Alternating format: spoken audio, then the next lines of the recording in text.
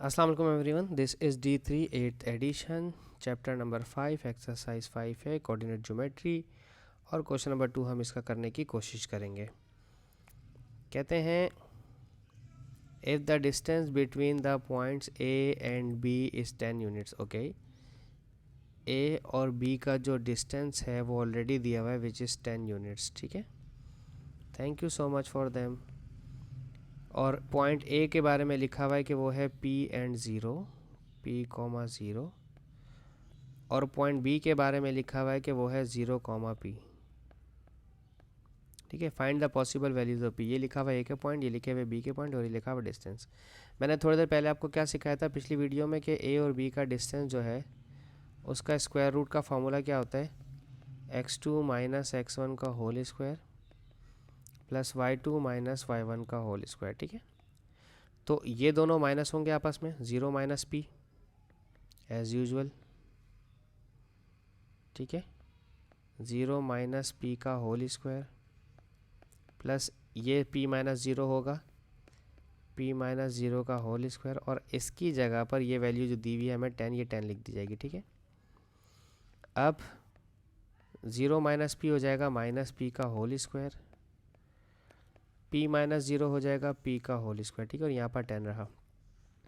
Squaring on both sides कर दें, उससे फ़ायदा क्या होगा कि आपके पास जो राइट साइड पे स्क्वायर रूट है वो कैंसिल हो जाएगा। ठीक है, रुक जा भाई, 10 का whole square is equals to,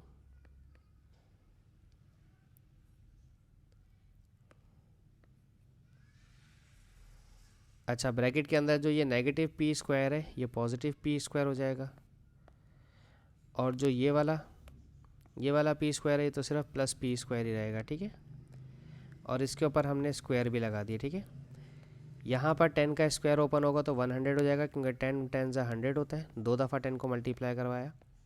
ठीक है, और ये वाला स्क्वायर और ये रूट कैंसिल हो गया, और ये दोनों P स्क्वायर ऐड होकर हो जाएंगे 2P स्क्वायर। 2 मल्टीप्लाई कर रहा है, 100 के पास जाएगा तो डिवाइड करवाएगा अल्टीमेटली, क्योंकि जो चीज़ एक तरफ मल्टीप्लाई करती है दूसरी तरफ जाके डिवाइड करती है। ये हो जाएगा 50। ठीक है, P स्क्वायर।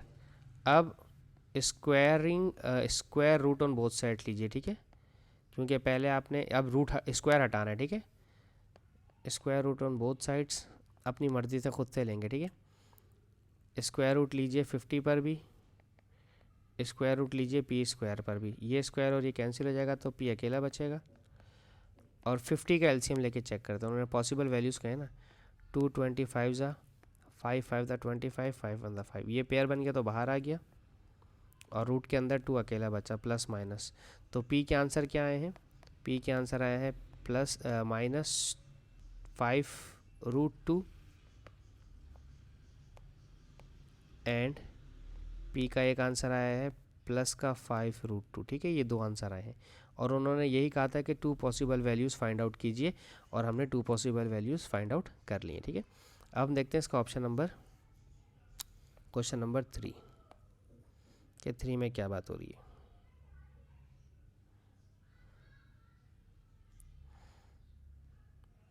थ्री में कहते हैं given that the coordinate of the point P और Q, P के पॉइंट है -2 6, Q के पॉइंट है 9, 3।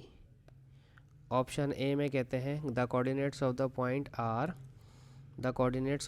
Are lies on y axis, okay, such that P R is equals to Q R. Okay, point R जो है वो y axis पर है, तो कोई भी पॉइंट अगर y एक्सिस पर होता है, किसी भी एक्सिस पर होता है, तो दूसरा वाला एक्सिस उसका 0 हो जाता है। जैसे कि लेट सपोज मेरे ये एक्सिस है, ठीक है, और पॉइंट आर यहाँ पर है, तो जब पॉइंट आर यहाँ पर है तो एक्स एक्सिस 0 हो जाता है और ये सिर्फ वाई एक्सिस रहता है। ठीक है, सही है।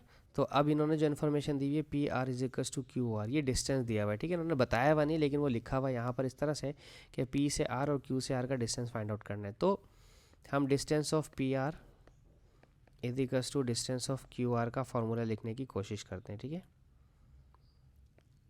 अब यहाँ पर आपके पास P के लिए आप x1 y1 लेंगे। ठीक है, अब मैं थोड़ा सा डायरेक्ट करने की कोशिश करूँ, आप लोग नाराज़ तो नहीं होंगे। जैसे P के पॉइंट्स हैं -2 6 और आर के पॉइंट हैं 0 और y, ठीक है। तो यहाँ पर हम ये दोनों लेते हैं हमेशा 0 और -2, 0 माइनस और -2 का होल स्क्वायर, ठीक है, प्लस और ये लिया जाएगा y -6 का होल स्क्वायर, ठीक है। ऐसे ही करते ना। और फिर q के पॉइंट में ये आपके यहाँ सहूलत के लिए लिख रहा हूँ 9 3 और r के पॉइंट से 0, y। तो इसको इसमें से माइनस करते हैं स्क्वायर रूट में, x2 - x1 वाली कहानी, ठीक है। तो 0 - 9 होल स्क्वायर प्लस ये वाले y और 3, y में से 3 माइनस होगा, ठीक है ना। नज़र आ रहा है ना सबको। अच्छा, अब ये स्क्वायर और स्क्वायर बोथ साइड्स पे एक दूसरे से कैंसिल हो सकते हैं, ठीक है। 0 ये माइनस माइनस प्लस हो जाएगा और 2 का होल स्क्वायर। इस y -6 का मैं कुछ करता हूँ अभी, ठीक है। 0 - 9 0 - 9 0 - 9 ही रहेगा, प्लस इस y -3 का भी मैं अभी कुछ करता हूँ, ठीक है। ये तो सिर्फ हो गया 2 का स्क्वायर हो जाता है 4। आप में से कितने स्टूडेंट्स हैं जिन्हें फर्स्ट आइडेंटिटी और सेकंड आइडेंटिटी खोलनी नहीं आती? वो होती है a square -2ab + b square, जब हमारे पास ब्रैकेट के अंदर दो नंबर्स हों और वो ओपन ना होते हों। देखें, अब ये y और 6 आपस में ओपन नहीं हो सकते, दोनों सब्ट्रैक्ट नहीं हो सकते, इस पर है स्क्वायर। तो हमें क्या करना पड़ेगा, हमें a स्क्वायर फार्मूले का माइनस फार्मूले का 2ab प्लस फार्मूले का और b स्क्वायर लेना पड़ेगा, ठीक है। तो a की जगह मेरे पास y है तो मैं यहाँ पर भी y और यहाँ पर भी y रखूँगा। b की जगह मेरे पास 6 है तो मैं यहाँ पर भी 6 और यहाँ पर भी 6 रखूँगा। इसी तरह राइट साइड पे अगर आप देखें तो -9 का 81 हो जाता है पॉजिटिव का, ठीक है। आप कैलकुलेटर कर सकते हैं, ठीक है। फिर यहाँ पर आपके पास फर्स्ट आइडेंटिटी के बजाय सेकंड आइडेंटिटी खुलेगी, क्योंकि बीच में माइनस का साइन है। माइनस के साइन की वजह से a स्क्वायर फॉर्मूले का -2ab + b स्क्वायर, ठीक है। a की जगह मेरे पास y लिखा हुआ है तो मैं यहाँ पर भी y और यहाँ पर भी y लिखूँगा। b की जगह इधर 3 लिखा हुआ है तो इधर भी 3 और इधर भी 3 लिखूँगा, ठीक है। अब पूरी वैल्यू सॉल्व कर लेते हैं। 4 की जगह 4 आ गया, ये वाला जो y है स्क्वायर ये प्लस y स्क्वायर हो जाएगा, माइनस ये 2y और 6 मल्टीप्लाई हो गए, 2 6 12y हो जाएगा माइनस का, प्लस इस 6 को देखें 6 का स्क्वायर हो जाएगा 36, ठीक है, = 81।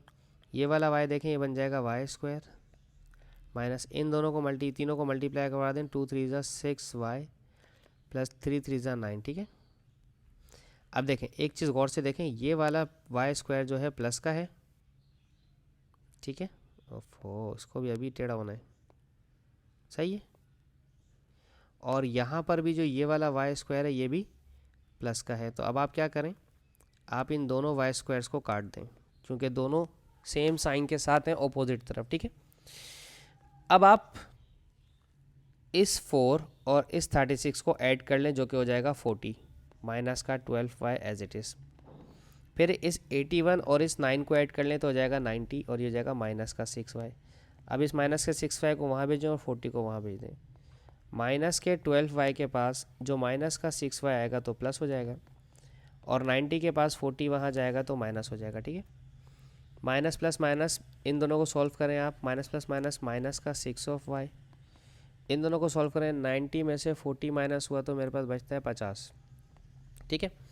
अब मेरे पास जो यहाँ पर माइनस दिया हुआ है ना, ये वाला माइनस का 6 जो मल्टीप्लाई कर रहा है वो वहाँ जाकर करेगा डिवाइड, इस तरह से पूरे साइन के साथ अपॉन में, ठीक है।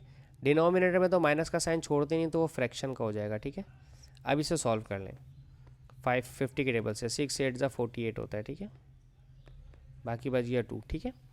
तो आपने क्या किया, माइनस का 8 होल रिमाइंडर 2 है अपॉन में 6, ये सॉल्व हो सकता है। 8 1 8 2 1 2 2 3 6, तो y का जो आंसर आया है वो आया माइनस का 8 होल 1/3, ठीक है, सही है। अब मैं इसको दिखाता हूँ कितनी बड़ी कैलकुलेशन थी हमारे पास, ये हमारे पास पूरी कैलकुलेशन है, ठीक है। और r का जो पॉइंट था वो था x, y। हमें क्या मालूम करना था, हमें क्या मालूम था, फाइंड x कोऑर्डिनेट, हाँ the coordinates of r, coordinates of r मालूम करने थे। r है मेरा 0, ठीक है। x तो मैंने पहले किया था 0 माइनस 8 होल 1/3 मैंने अभी y मालूम किया, ठीक है, सही है ना। जस्ट अब फ्यू मोमेंट अगो मैंने y मालूम किया, और x मेरा 0 था, वो मैं यहाँ पर ऑलरेडी बता चुका हूँ कि r का जो x है मेरा वो 0 है, ठीक है। ये हो गया मेरा पार्ट ए। आप कहते हैं the coordinates of the point S such that lies on the x axis, मैं यहाँ पर लिख दूँ ना, आर के कोऑर्डिनेट मेरे पास आ गए हैं, आर के कोऑर्डिनेट्स आ गए हैं 0 और -8 होल 1/3, ठीक है। क्योंकि अब मैं सब कुछ इरेज करना चाहूँगा, ठीक है, यहाँ से इरेज करूँगा, पी क्यू छोड़ दूँगा मैं, ठीक है, क्योंकि मुझे पी क्यू दोबारा चाहिए। उसकी रीज़न क्या है, मैं अभी आपको रीज़न समझा देता हूँ। अब देखें रीज़न में क्या कह रहे हैं वो हमारे पास, कहते हैं पार्ट बी में कहते हैं the coordinates of the point of the S that lies on the x axis. Point S जो है एक्स एक्सिस पर लाई कर रही है, तो दूसरा वाला एक्सिस 0 हो जाएगा, क्योंकि मैंने आपको पहले ही बताया था। इस तरह से है, इस तरह से है, ठीक है, ये एक्सिस है मेरा, ये वाई एक्सिस है मेरा, ये एक्स एक्सिस है मेरा, और point S on the x axis, point S यहाँ पर है, ठीक है, यहाँ पर है, तो इसका एक्स एक्सिस होगा लेकिन वाई एक्सिस इसका 0 हो जाएगा, ठीक है। उसके बाद कहते हैं such that X such that P S is equals to Q S. फिर से वही चीज़, पी और एस एक्स 0 और क्यू 9 3 और एस एक्स 0, ठीक है। अब हमें फिर से वही सारी कहानी करनी पड़ेगी जो भी हमने पहले की है, सही है। स्क्वायर रूट इन दोनों को माइनस करेंगे, x माइनस 2 दफ़ा माइनस है ना, एक फार्मूले का माइनस और एक 2 का माइनस, तो अब ये प्लस हो जाएगा, ठीक है। अब लंबी नहीं कर रहा मैं, 0 - 6 का whole square is equals to, यहाँ पर सॉरी, यहाँ पर इन दोनों को माइनस करें, x - 9 प्लस 0 - 3, ठीक है, स्क्वायर। रूट आपस में कैंसिल हो जाएंगे दोनों, ये आइडेंटिटी खुलेगी a² plus 2ab plus b², क्योंकि यहाँ पर बीच में प्लस था इसलिए 2ab भी प्लस का आएगा, x 2 और 2, और -6 का स्क्वायर हो जाएगा पॉजिटिव का 36। इधर भी आइडेंटिटी खुलेगी a² माइनस 2ab, क्योंकि माइनस का फॉर्मूला है, प्लस b², और 3 का स्क्वायर 3 3 9, ठीक है। देखें ये वाला x² और ये x² कट जाएगा, इन्हें मल्टीप्लाई करवाएं, 2 2 4x प्लस ये देखें 2 का स्क्वायर 4 प्लस 36, ये देखें इन्हें मल्टीप्लाई करवाएं, 2 9 18x माइनस का 18x, इसे देखें तो प्लस 9 9 81 और प्लस 9, ठीक है।